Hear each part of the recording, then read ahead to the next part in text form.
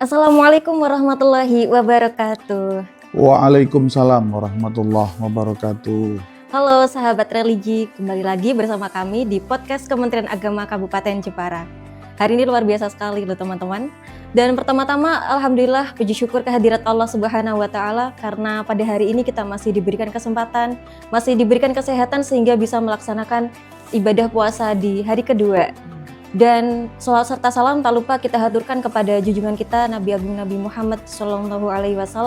Semoga kita termasuk umatnya yang mendapatkan syafaatnya di yaumil qiyamah nanti. Amin. Dan seperti sebelumnya, karena kita akan menemani teman-teman di bulan Ramadan ini sampai menjelang berbuka bisa menikmati tayangan ini. Semoga ini menjadi manfaat dan juga bisa menjadi inspirasi buat teman-teman semuanya. Dan seperti sebelumnya, ini juga tema yang cukup dekat dengan kehidupan kita sehari-hari loh. Dan semoga bisa memotivasi lebih nih untuk berbuat atau meningkatkan kebaikan kita di bulan Ramadan ini. Hari ini bersama dengan bintang tamu, bahkan pemiliknya seharusnya ya. Dengan narasumber yang luar biasa, ada Bapak Kepala Kantor Kementerian Agama Kabupaten Jepara, Bapak Hasan Muhyiddin SEMM. Dan topik hari ini adalah, wah ini menarik banget. Beruntung di dunia dan akhirat. Ini topik yang cukup luas banget Pak, ini sangat bisa digali dan juga ini sangat sering dibahas nih, gimana sih definisi sukses dunia akhirat bagi kita seorang muslim, gimana batasan-batasan itu dan juga gimana kita bisa menerapkan di dalam kehidupan sehari-hari untuk bekal tadi di dunia dan juga di akhirat. Untuk pertama-tama Pak, mengenai beruntung di dunia dan akhirat, mungkin kita bisa memulai dengan definisi sebelumnya kali ya Pak ya? Dari definisi itu sendiri, beruntung itu sendiri. Oke, tentu saya ucapkan selamat menjalankan ibadah puasa bulan Ramadan 1447 Hijriah pada seluruh pemirsa yang budiman. Oke, bicara tentang tema ini, tentu setiap manusia kepengen bahagia, kepengen berhasil, kepengen sukses ya. Kepengen beruntung. Oleh karena kita adalah insan yang beriman dan bertakwa kepada Allah Subhanahu wa taala, tentu kita ingin beruntungnya tidak hanya di dunia, tetapi juga beruntung di akhirat. Ya. Ini yang perlu kita pahami bersama. Jadi kadang-kala kalau kita lihat fenomena sekarang ini, kita itu ada sebuah penelitian. Kita sebagai manusia itu seolah-olah hanya mengejar urusan dunia. Untuk urusan akhirat ini belum menjadi atau mulai mengalami pergeseran ya. Seperti tolak ukur suksesnya tuh dunia begitu. Iya, kita lihat itu ini mudah-mudahan hasil penelitian ini nggak benar, tapi kalau kita amati memang ada arah ke sana. Jadi seolah-olah ini ada yang mengatakan kehidupan akhirat itu nggak ada. Padahal kita ini adalah insan yang beriman dan bertakwa kepada Allah SWT. Tentu kita meyakini bahwa kehidupan akhirat itu ada. Maka kita harus bisa meraih. Di dunianya juga bahagia, di akhiratnya juga bisa bahagia. Kalau urusan dunia, insya Allah telah menjamin. Nah, di dalam surat Hud itu, bahwa setiap manusia itu sudah dijamin rezekinya untuk di dunia. Tetapi ketika di urusan akhirat, nah ini yang kita belum tahu. Ya, kita belum tahu. Jadi kalau menurut Syekh Muhammad Al-Mutawali itu ada beberapa tingkatan rezeki yang diberikan oleh Allah SWT. Rezeki yang pertama itu adalah rezeki berupa harta. Itu urusan dunia, itu pasti itu. Semuanya, bagi insan yang beriman dan bertakwa atau tidak beriman, tidak bertakwa, semuanya sudah dijamin, sudah diberikan rezekinya. Ya. Maka kadang-kadang orang melihat itu tidak beriman tapi kok kaya, gitu kan. Tapi saya sudah sholat, sudah puasa, sudah pokoknya luar biasa dalam perintah agama, tapi saya kok nggak kaya-kaya, gitu lah. Standar kebahagiaannya. Rezekinya berupa harta, gitu. Ya, karena sebenarnya standar kebahagiaan itu hanya berupa harta. Padahal kesempatan untuk bisa menjalankan ibadah itu juga merupakan sebuah rezeki ya, rezeki yang tidak terukur ya. Nah, itu nanti yang bisa kita nikmati di akhirat, karena itu adalah bekal kita ketika kita akan menghadap pada Allah Subhanahu wa taala.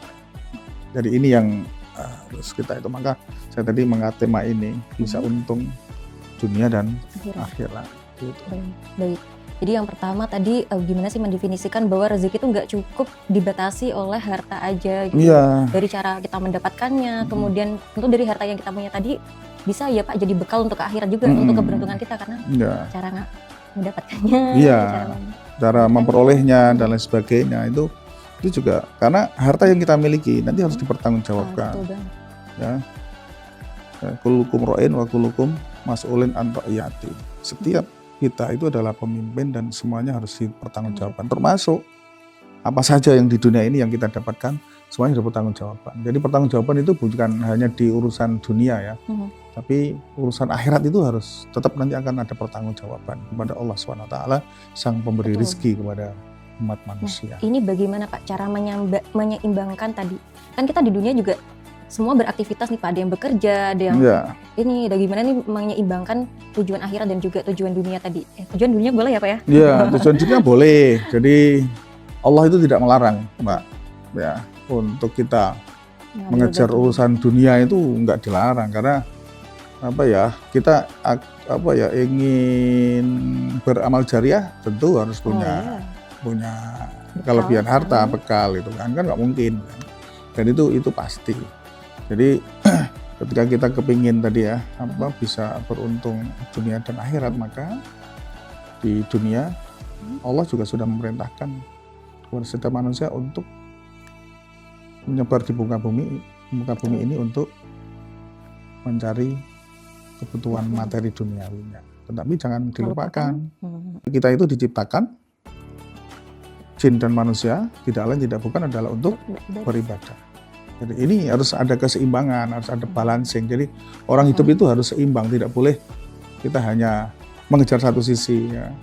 Hanya mengejar ini tapi yang ini enggak boleh. Mengejar akhirat saja juga enggak boleh. Nah, karena kita hidup itu, ini kan fase kita itu kan hidup di dunia. Jadi ada yang harus kita lakukan. Untuk beribadah enggak mungkin ketika kita kelaparan. Itu untuk beribadah tentu akan mengalami ketergangguan. Jadi ini harus seimbang, tetapi kita harus memahami betul. Tapi memang mencari yang sempurna susah ya, Mbak. Jadi manusia itu digolongkan jadi 4, Mbak. Ya. Orang yang rugi dunia akhirat. Rugi dunia akhirat. Akhiratnya rugi, dunianya juga rugi. Wow. Siapa itu? Orang yang tidak berpunya, tetapi ibadahnya juga nggak dijalankan. Nah ini kan rugi. Wis dunianya tidak bahagia. Nah di akhiratnya nanti juga nggak bahagia karena tidak pernah menjalankan ibadah di muka bumi. Kemudian yang kedua adalah orang yang untung di dunia tetapi rugi di akhirat. Ya. Mereka harta kekayaannya luar biasa.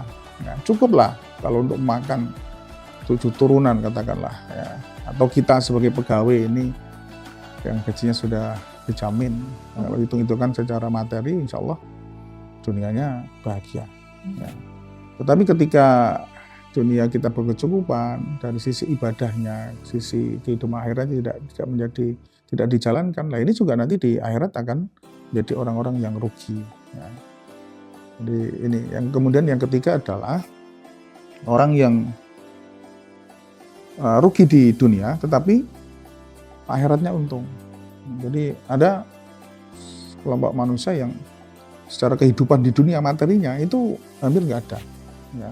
Nggak punya rumah, kemudian nggak punya penghasilan, tetapi selalu yang diingat adalah ibadahnya. Sholatnya tidak pernah ditinggalkan, sholatnya puasanya selalu dijalankan. Jadi yang bisa dilakukan itu dijalankan. Untuk hal-hal yang tidak baik dihindari. Gitu. Ini adalah golongan orang yang di dunianya itu tidak berkecukupan secara materi, tetapi batinnya merasa bahagia karena ibadahnya dijalankan, yang kemudian nanti di akhirat insya Allah akan mendapatkan kebahagiaan. Nah, yang paling sempurna itu adalah ekonominya berkecukupan, hartanya melimpah, tapi ibadahnya jalan. Ya. Uangnya yang dimiliki digunakan untuk fisabilillah, digunakan untuk bersedekah, berjariah, untuk membantu orang lain, sholatnya dijaga, puasanya dijalani. Ya, kemudian apa yang menjadi tuntunan agama sesuai dengan Quran dan hadisnya itu semua dijalani. Nah, insya Allah ini adalah orang yang benar-benar beruntung baik dunia maupun di akhirat. Tapi nah, ini tinggal kita mau pilih yang mana. Ya, kita mau pilih Kalau mana. kita ingin menjadi orang yang nomor 4 nih Pak, beruntung di dunia dan akhirat. Dan ini Ya. kan momennya Ramadan nih, momen sekali untuk kita menambah kebaikan yang biasanya mungkin tidak sholat malam. Alhamdulillah ada kesempatan nih Pak, bisa sholat malam. Dan tidak berjamaah jadi berjamaah gitu Pak. Ada tips gak nih Pak untuk semua kalangan nih Pak, kalau misalnya memang orang tua punya anak, gimana nih mendorong budaya untuk bisa menjadi pribadi yang beruntung dunia dan akhirat, atau yang masih muda Pak juga boleh dikasih motivasi Pak. Jadi yang lebih praktik gitu ya. Pak. Jadi kalau dari saya, menurut saya, kalau kepingin untung dunia dan akhirat, ya kalau sejak awal anak-anak kita harus dididik dengan ilmu agama dan juga ilmu umum. Itu pasti ya. Ilmu umum ini sebagai bekal bagi anak ini untuk nanti menghadapi kehidupan di dunia. Ya, berproses untuk tumbuh, mencari materi dari sisi keduniaan. Nah, kemudian anak ini dibekali dengan ilmu agama yang kuat. Ya, ilmu kuat. Nah, jadi arah ini yang akan menunjukkan, ilmu ini akan menjadi penunjuk atau yang mengarahkan kita untuk bagaimana capaian secara urusan duniawi ini bisa kita gunakan untuk mengejar urusan akhirat. Nah, kalau ini bisa dijalankan, insya Allah. Ya, jadi ini visi Kementerian Agama kan seperti itu. Ya. Visi Kementerian Agama adalah bagaimana kita bisa menjadikan manusia itu dekat dengan agamanya. Ya. Ini maka ada beberapa lembaga pendidikan yang kita kelola, ada pondok pesantren, ada madrasah. Ini kan dalam menyiapkan. Jadi kita tidak hanya membekali urusan akhirat. Nah, dunia juga kita bekali. Karena ini untuk mencapai keseimbangan, sehingga kita bisa mencapai yang tadi, level yang 4 tadi, untung dunia dan juga untung akhirat. Jadi kita harus ini, Pak, mindset kita harus betul-betul dikembalikan ini. Iya. Berarti poinnya tuh ada keseimbangan teman-teman. Jadi belum tentu yang agama tuh jadi agama banget begitu ya orientasinya, tapi dia tetap bisa punya bagian dia di dunia itu dilakukan dengan sebaik-baiknya untuk tujuan bekal di akhirat nanti. Nah, terus gimana Pak soal kalau misalnya kita keadaannya ini lagi sedih atau tidak sebahagia fisiknya, luarnya tidak begitu bahagia Pak, tapi bagaimana itu kalau misalnya ternyata itu sebuah keberuntungan juga Pak? Kira-kira bisa ya Pak? Kalau lagi-lagi semua itu adalah nikmat dari Allah. Tergantung kita mensikapi dan mensyukurinya. Ya. Kadangkala kelihatannya kita ini orang susah, dilihat orang ya, dari luar itu orang susah. Ya, kan? Tapi sebenarnya orang ini bahagia lahir dan batin. Kenapa? Karena merasa kehidupannya baik-baik saja. Ya, itu ukuran kita. Ukurannya kan ukuran kita gitu kan. Kenapa mereka merasa baik-baik saja? Karena kehidupan keagamaannya dijalankan dengan baik. Orang ketika menjalankan kehidupan agama dengan baik, insya Allah hatinya tenang. Ya. Betul. Jadi kalau menurut saya ya, karena ini dan ini memang kita alami. Dari sisi kita sering berwudu itu berbeda. Satu ketika kita lupa tidak sholat atau tidak wudu dalam itu hati kita itu beda rasanya. Tapi ketika kita sudah merutinkan, ya, waktunya sholat, ya, waktunya jamaah. Orang kalau sudah terbiasa dengan jamaah, itu walaupun tidak punya uang, tenang-tenang aja. Karena batinnya, orang bahagia itu kan dari sisi batin, bukan dari sisi materi di dunia itu bukan. Ya. Jadi kita tergantung perspektif kita masing-masing. Karena ada orang yang memang itu dari gak apa-apa lah. Saya di dunia ukuran materi saya tidak terlalu beruntung dibanding dengan orang lain. Nah, tapi saya beruntung nanti di urusan akhirat. Sehingga saya akan bahagia di dunia di akhiratnya. Jadi orang sudah pasrah. Itulah kondisi saya sudah ditakdirkan oleh Allah seperti ini, maka kami syukuri. Kemudian yang bisa kita lakukan adalah mengejar urusan akhirat.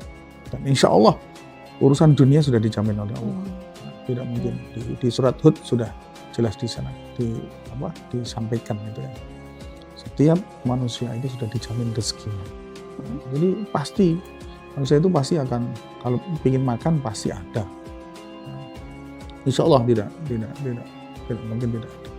Tapi yang belum dijamin oleh Allah adalah kebahagiaan di akhirat, tergantung kita. Bahkan mungkin ketika kita udah beribadah sebanyak apapun belum tentu itu akan menjadi bekal juga nggak sih Pak? Seperti Ya. ada rahmat Allah yang menolong. Ya, kalau itu kan, ini kan kita sudah ikhtiar ya, Hmm. ikhtiar. Jadi nanti kita kembalikan, maka kita harus luruskan niat, Niat. ya, niat kita adalah ridho ilah, untuk mencapai ridho dari Allah Subhanahu Wa Taala. Maka ketika kita hidup secara dunia itu sudah berkekurangan, dan menurut orang, gitu kan, walaupun kadang-kala orang ini merasa dirinya cukup saja, karena apa? Orang itu bahagia dunia, gitu ya. orang bahagia dunia itu sebenarnya kuncinya simpel, Mbak. Apa? Satu, setiap pagi bisa bangun sholat subuh, Iya. habis itu bisa sarapan, bisa bernafas dengan segar, ya, kemudian bisa menjalankan aktivitas seperti biasa, waktunya sholat bisa sholat, ya, kemudian nanti malam bisa tidur nyenyak, itu udah ukuran yang luar biasa bahagianya, gitu ya. Nah, kemudian dari sisi ini, dari sisi ibadah, ya tadi, bukan karena pingin saya rajin sholat, saya rajin puasa, biar Allah kasih saya uang sekian, bukan. Ya. Termasuk biar saya nanti dimasukkan surga, itu juga nggak benar niat seperti itu. Nah, karena kita masuk surga atau tidak itu tergantung ridho dari Allah Subhanahu Wa Taala. Jadi yang apapun yang kita lakukan itu adalah untuk mencapai ridho dari Allah Subhanahu Wa Taala. Kalau semuanya sudah diberikan ridho dari Allah Subhanahu Wa Taala, apapun itu akan diberikan kepada kita. Kembali kepada tingkatan rezeki tadi yang disampaikan oleh Syekh Muhammad Al-Mutawali itu. Tingkatan rezeki yang pertama itu kan harta. Yang paling rendah. Yang paling rendah itu. Karena semuanya akan, baik orang yang taat maupun yang tidak taat itu semuanya dibagi. Bahkan kadangkala yang tidak taat itu malah dapat melimpah gitu kan, kadangkala ya. Nah, gitu kan. Kemudian yang kedua adalah rezeki ini badan sehat. Itu benar-benar. Ya, badan sehat. Kemudian yang ketiga adalah anak yang soleh. Ini rezeki yang tingkat yang yang tertinggi ini, anak yang soleh. Gitu. Karena hanya anak soleh lah yang nanti akan mengantarkan kita untuk memasuki fase di alam kubur dan sampai di akhir hari kiamat nanti. Itu adalah anak-anak yang soleh. Kemudian rezeki yang keempat, yang paling utama itu adalah rezeki mendapatkan ridho dari Allah Subhanahu Wa Taala. Kalau sudah diridhoni oleh Allah, insya Allah urusan dunia selesai, urusan akhirat apalagi. Iya. Nah, itu. Jadi ada tips gak Pak? Ada amalan-amalan sederhana tapi kita bisa konsisten nih Pak. Ya. Apalagi di bulan Ramadan nih bisa banget ini. Jadi gini, Allah itu sangat mencintai amalan-amalan yang kecil tapi istiqomah. Nah, ini yang harus dilakukan. Jadi di kebaikan-kebaikan, walaupun itu sederhana, jalankan saja. Nah, insya Allah dengan hal-hal yang mulai dari yang kecil-kecil itu akan menjadi sesuatu yang besar. Nah, kita jangan sampai hanya menunggu, wah saya mau sedekah, tapi kan uang saya masih sedikit. Nah itu sesuatu pemahaman yang salah.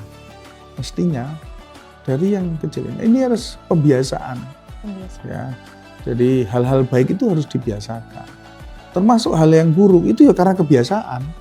Maka hal-hal yang buruk jangan dibiasakan, tetapi hal-hal yang baik ini harus dibiasakan. Nah, jadi ini kalau kita mau sukses itu seperti itu ya. Ini insya Allah kalau ini bisa istiqomah, kita bisa sukses baik urusan dunia maupun urusan akhirat.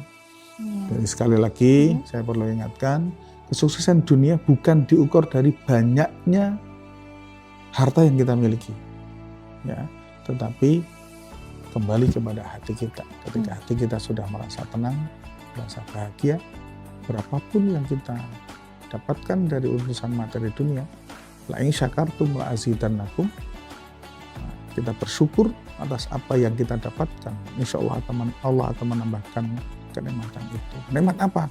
Mungkin saja bukan nikmat secara duniawi, tetapi nikmat secara ukhrawinya. Misalkan diberikan anak yang soleh.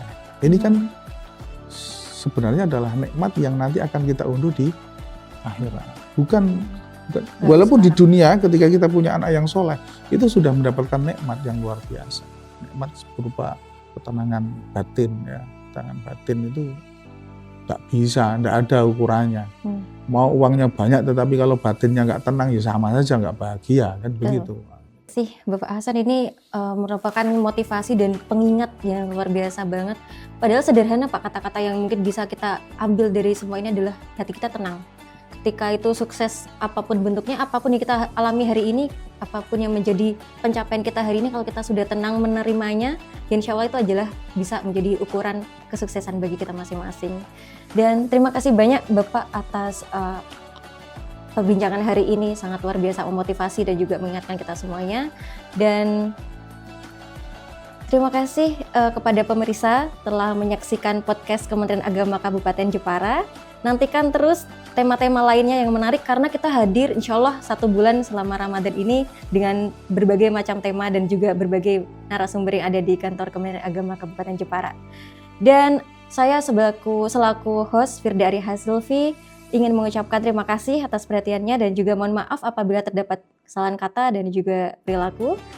Terima kasih. Wassalamualaikum warahmatullahi wabarakatuh. Waalaikumsalam warahmatullahi wabarakatuh. Terima kasih Bapak.